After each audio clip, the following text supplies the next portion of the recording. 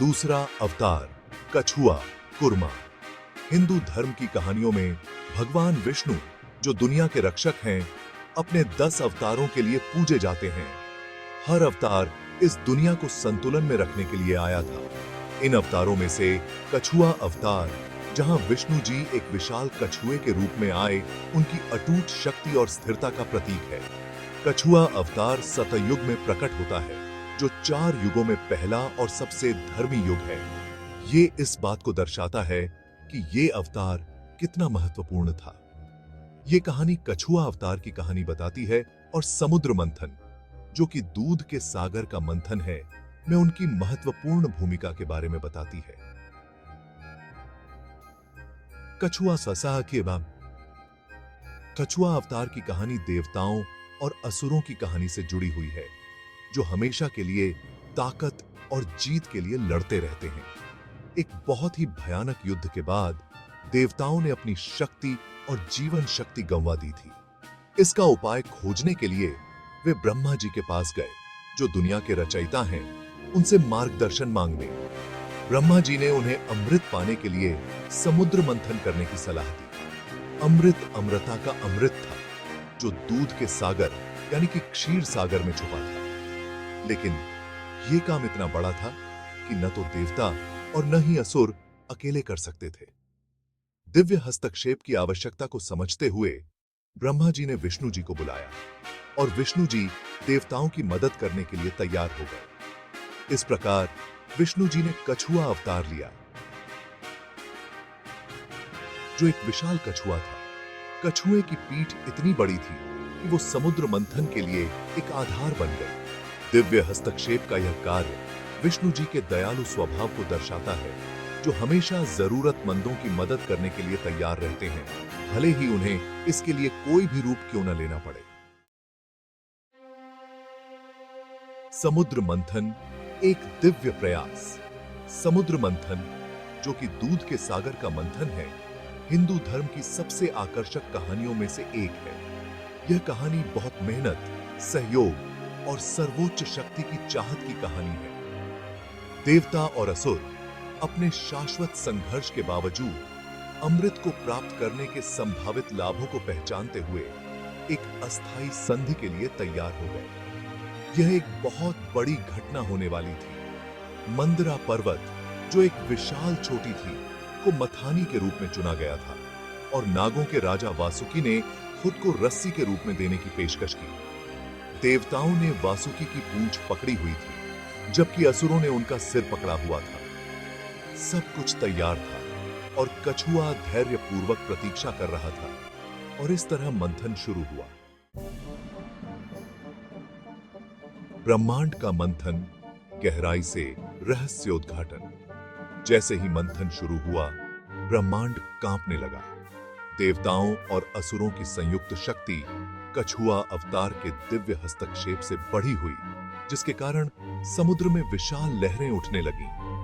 मंथन करते समय आकाश से बहुत सी अद्भुत और भयानक चीजें निकलीं, हर एक पिछले वाले से भी ज्यादा आश्चर्यजनक। सबसे पहले कामधेनु गाय निकली, जो किसी भी इच्छा को पूरी कर सकती थी। फिर वरुण देव, जो पानी के देवता हैं, और उसके बाद पारिजात, दिव्य फूलों वाला पेड़ प्रकट हुए।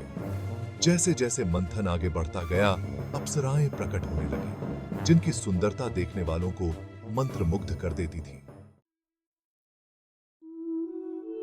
कछुए की अडिगता ब्रह्मांड की नींव। हालांकि मंथन बिना किसी खतरे के नहीं था।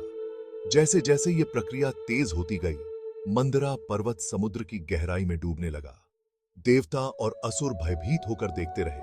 अमृत पाने की उनकी उम्मीदें टूटती जा रही थीं। इस संकट की घड़ी में भगवान विष्णु अपने कछुआ अवतार में समुद्र में गहरे उतरे, और उनकी विशाल पीठ मंदरा पर्वत के लिए एक स्थिर मंच बन गई। अटूट समर्थन का यह कार्य कछुआ अवतार के महत्व का प्रतीक है।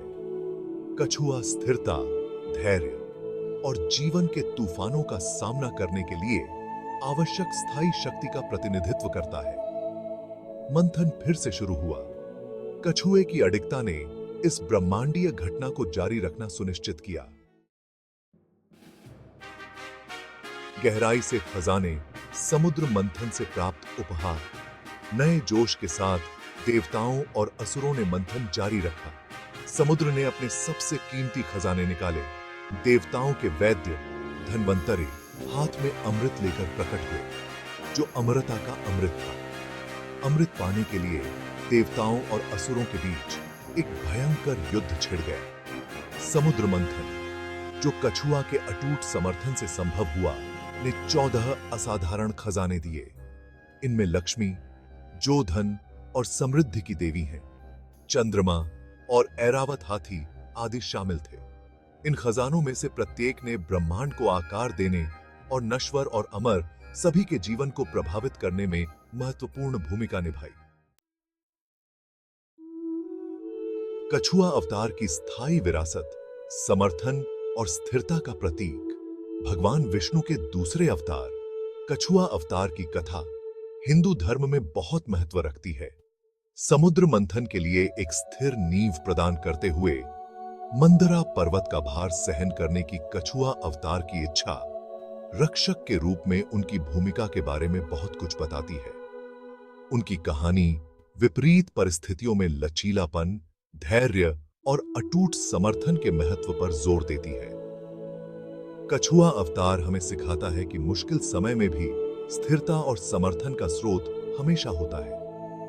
जिस तरह कछुआ ने समुद्र मंथन के लिए नींव प्रदान की, जिससे अजूबों और चुनौतियों दोनों का उदय हुआ, उसी तरह हमें भी जीवन की जटिलताओं को नेविगेट करने के लिए अपनी आंतरिक शक्ति को खोजना चाहिए।